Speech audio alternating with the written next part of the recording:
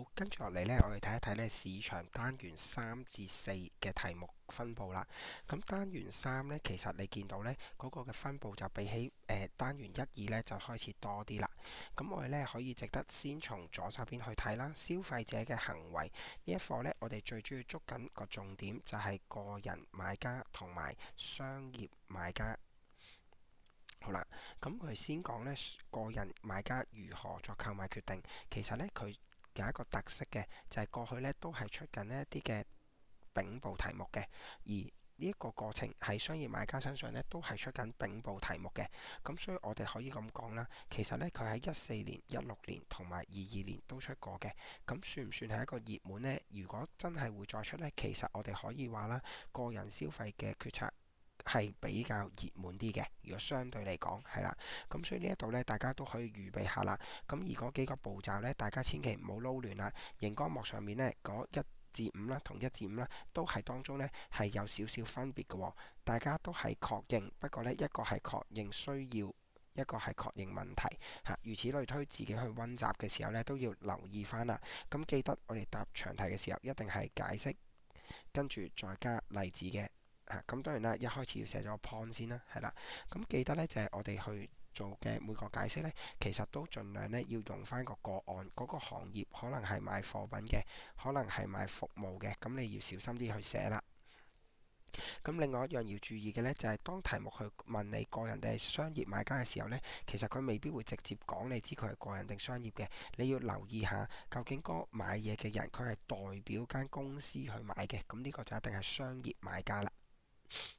好，如果呢個冇問題呢，我哋翻去到呢另一個部分啦，就係影響消費者決策因素。如果你話呢，相對嚟講呢，呢度呢就會熱門少少啦，因為呢過去嚟講呢，心理因素啦，都係隔咗好耐呢都冇考過啦。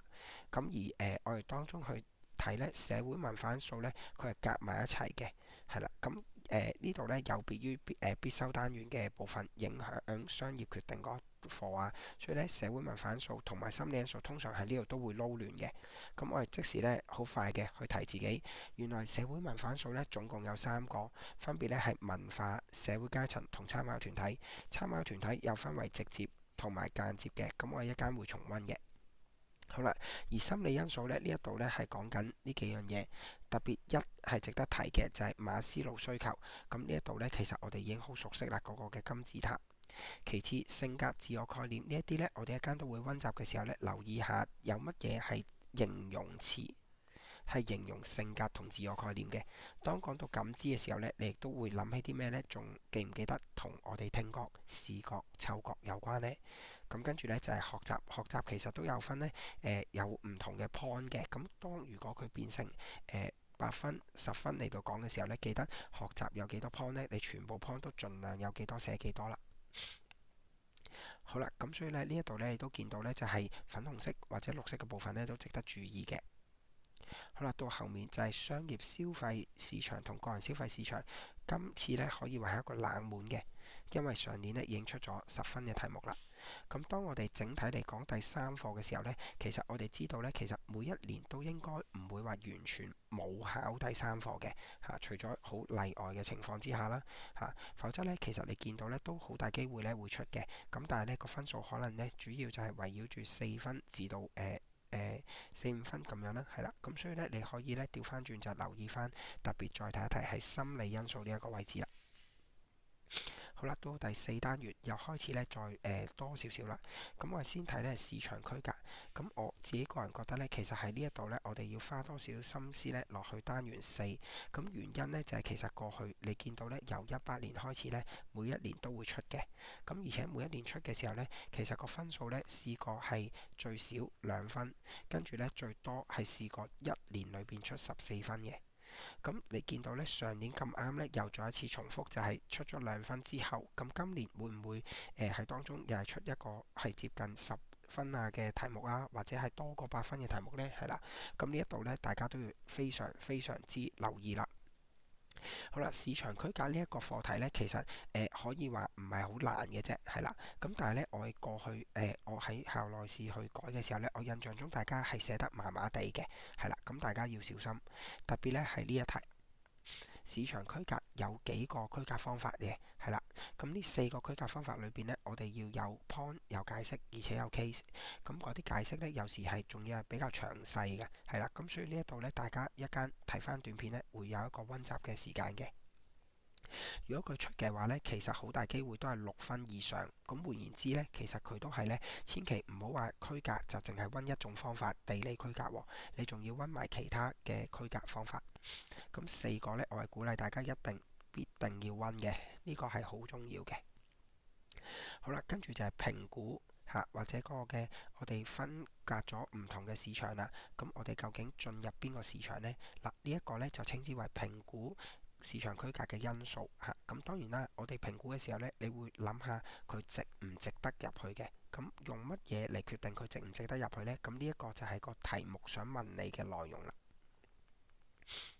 咁呢一度呢，呢兩題呢，大家都要注意，係值得呢去預備下嘅。你見到呢，2年一次，2至3年啦，2年至3年一次嚇。咁過去呢，差唔多都係隔年一次，咁但係呢一度呢，已經隔咗2年啦。好啦，咁所以呢一度呢，我哋都再睇一睇啦。前面2個題目已經係熱門啦，咁呢一度呢，相對嚟講就係冷門少少啦。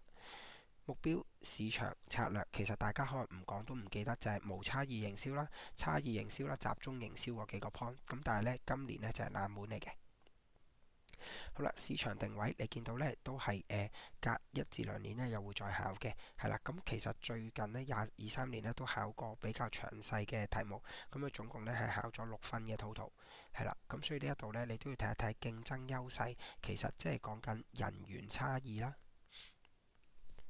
服務差異啦、產品差異嗰啲嘅。咁值得一提呢，就係產品差異呢，有時喺服務業裏邊呢，譬如係航空服務呢，你記住就唔好話佢係賣架飛機或者賣張凳喎。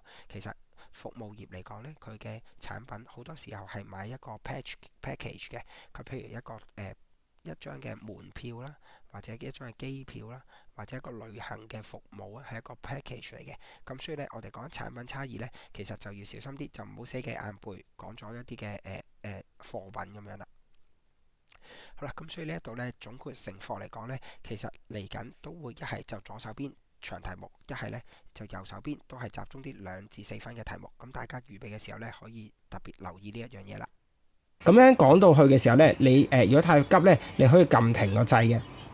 好啦，影響消費者決策嘅心理因素，即係咩意思啊？點解我會買佢啊？喺心理上面有咩嘅因素會令到我去咁做呢？第一，要寫動機，動機記得同馬斯勞需求咧構成係同一樣嘢啦。咁馬斯勞需求裏邊呢，其實你只要呢係講到其中呢一個嘅例子呢已經足夠啦。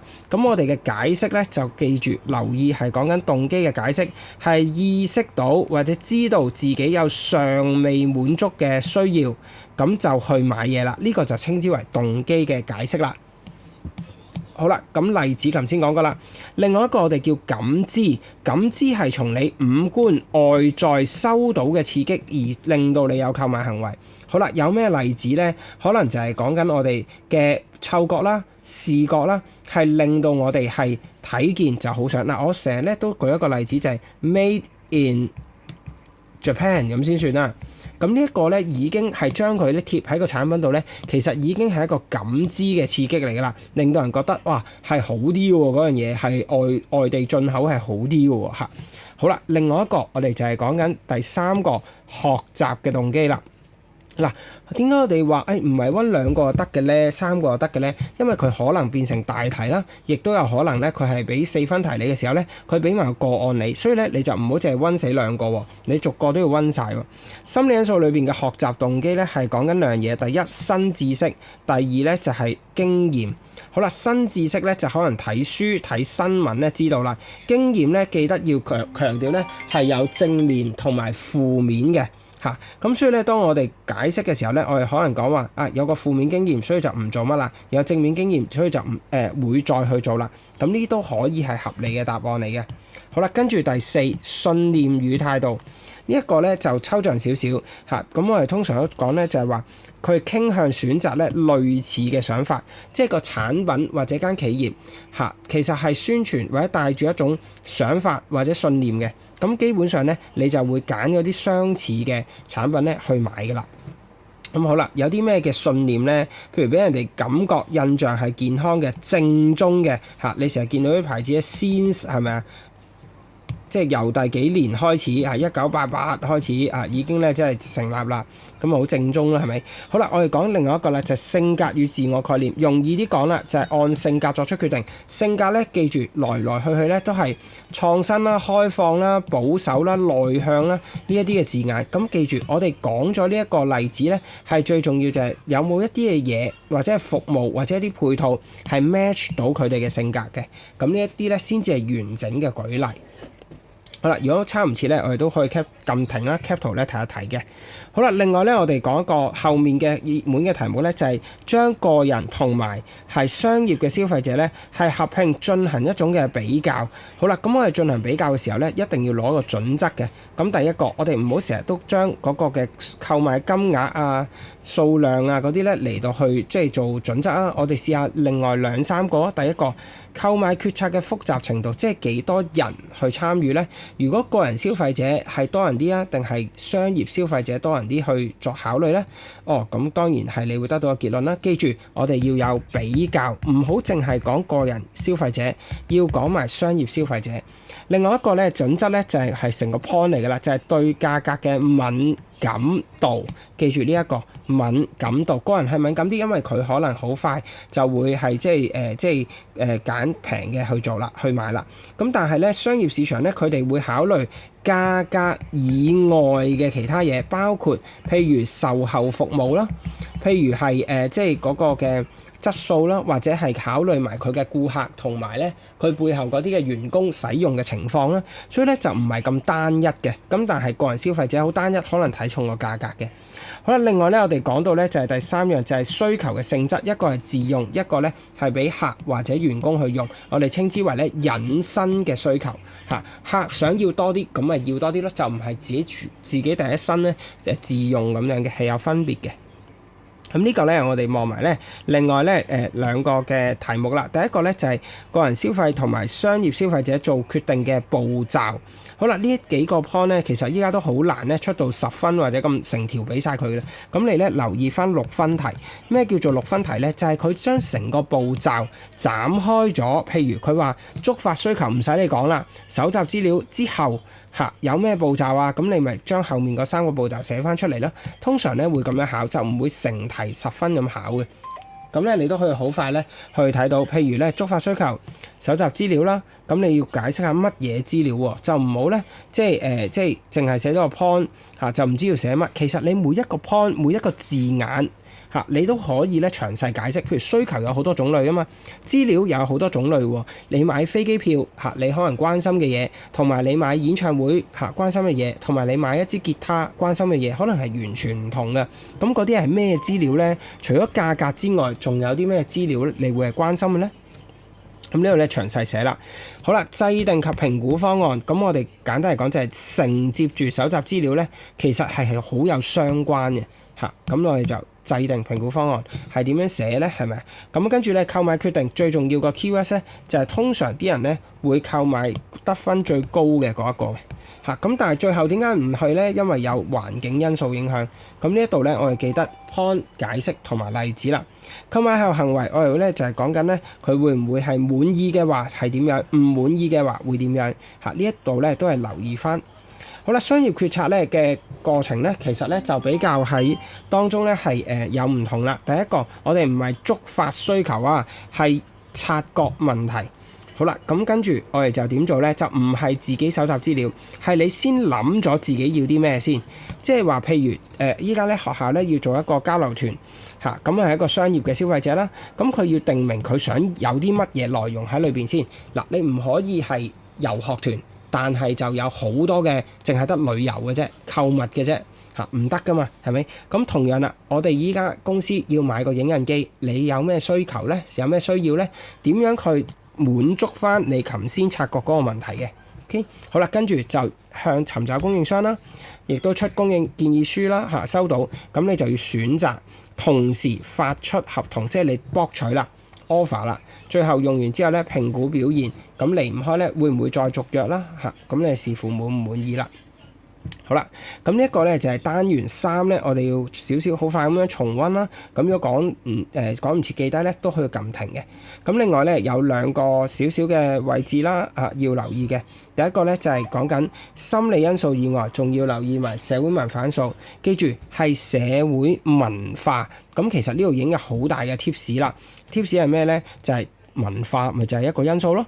好啦，其次就係參考團體同社會階層。咁我相信呢一度咧，大家都能夠去做到嘅。咁如果唔記得點樣去解釋，點樣去舉例咧，咁你可以撳停咧，自己去望一望啦。好，跟住咧，我哋去到單元4啦。單元4咧，亦都係一個好容易貼題嘅題目。點解咧？市場區隔差唔多隔年都會出嘅，而且分數咧係從來未試過低過6分，仲要係最高可以去到10分。所以咧，我估計咧最少都會出6分嘅啦呢一度。咁咧，我哋講緊市場區隔咧，其實大家應該做咗好多次題目噶啦。咁為免忘記咧，你而家即刻望一望呢4個區隔先。好啦，呢4個區隔裏邊，邊個係最容易撈亂啊？第一，心理區隔，好多時候咧同頭先嗰課嘅心理因素會撈亂嘅。咁我哋睇一睇咩叫心理區隔啊？第一就係原來同社會階層有關、生活方式有關、性格有關。咁特別咧，性格係同頭先咧係重疊咗嘅。你睇下喺呢一度，性格與自我概念啊嘛。咁但係除咗呢樣嘢之外咧，其實其他咧社會階層咧同埋生活方式咧都唔重疊嘅。不過你唔好將社會階層咧撈亂咗落去單元3嘅社會文化因素裏邊嘅社會階層喎。咁啊分返開，但係其實個解釋係一樣嘅。OK， 好啦，另外第4點就係行為區隔。行為區隔有咩要注意啊？就係講緊對產品嘅期望啦、用途場合啊。咁呢一紮嘢啦，同埋使用嘅頻率，記住我哋唔係淨係講呢啲嘅，我哋要強調你劃分咗之後，你區分咗之後啦，其實你提供啲乜嘢俾佢啊？咁記住投其所好啦，譬如佢常常都幫襯我哋嘅，咁我哋繼續鼓勵佢有個高用量啦，鼓勵佢重複使用啦，譬如佢個場合係生日嘅，咁我哋個場地可能俾一啲嘅即係繽紛嘅喜慶嘅顏色啦，或者一啲嘅服務，我哋有生日蛋糕配套甚至乎有人帶玩遊戲 party， 咁其實呢一啲都係麥當勞啊快餐店嘅策略嚟嘅。咁所以咧，市場區隔咧，記得要溫熟佢啦。咁當然唔能夠講漏嘅就係地理區隔，都離唔開咧氣候啊、溫度啊同埋習慣啊嗰啲啦。咁我哋咧呢一啲咧天氣啊同埋咧基礎建設嗱，咁我講咗一紮啦。咁我呢一度都寫低先，基建、溫度得唔得？咁呢一啲咧其實都係同自然地理有關嘅。咁另外一個人口推介統計區隔咧，咁就喺呢一度咧都講咗啦。其實佢哋唔同嘅性別可能有唔同嘅需要，記住咬緊呢一度全部都係講緊按佢哋嘅特點嚟劃分，從而我哋都知道佢哋有唔同嘅需要。咁你用啲咩去滿足佢啦 ？OK， 記住呢一個大嘅方向。好啦，咁我哋講完呢一個市場區間咧，再落咧就係市場銷目標啦。呢一個咧，我哋下低咧最重要就係成日都做嘅啦，就係評估組別考慮因素。最重要，重複一次，評估考慮因素呢啲嘅字眼，即係咩啊？我哋已經劃分咗個市場做4份啦。咁但係咧，我哋究竟入邊一份啊？譬如呢一份好啲，定係呢一份好啲啊？咁我哋有咩準則去判斷啦？嗱，呢一 part 咧，我哋留意啦。第一個就係市場組別嘅規模增長速度。記住要溫嘅唔係淨係個 point， 而係乜嘢咧？就係你要決定佢係應定係不應該入，或者有吸引力定係不吸引嘅。OK 咁所以咧，你舉例嘅時候咧，你一定要翻去呢個結論。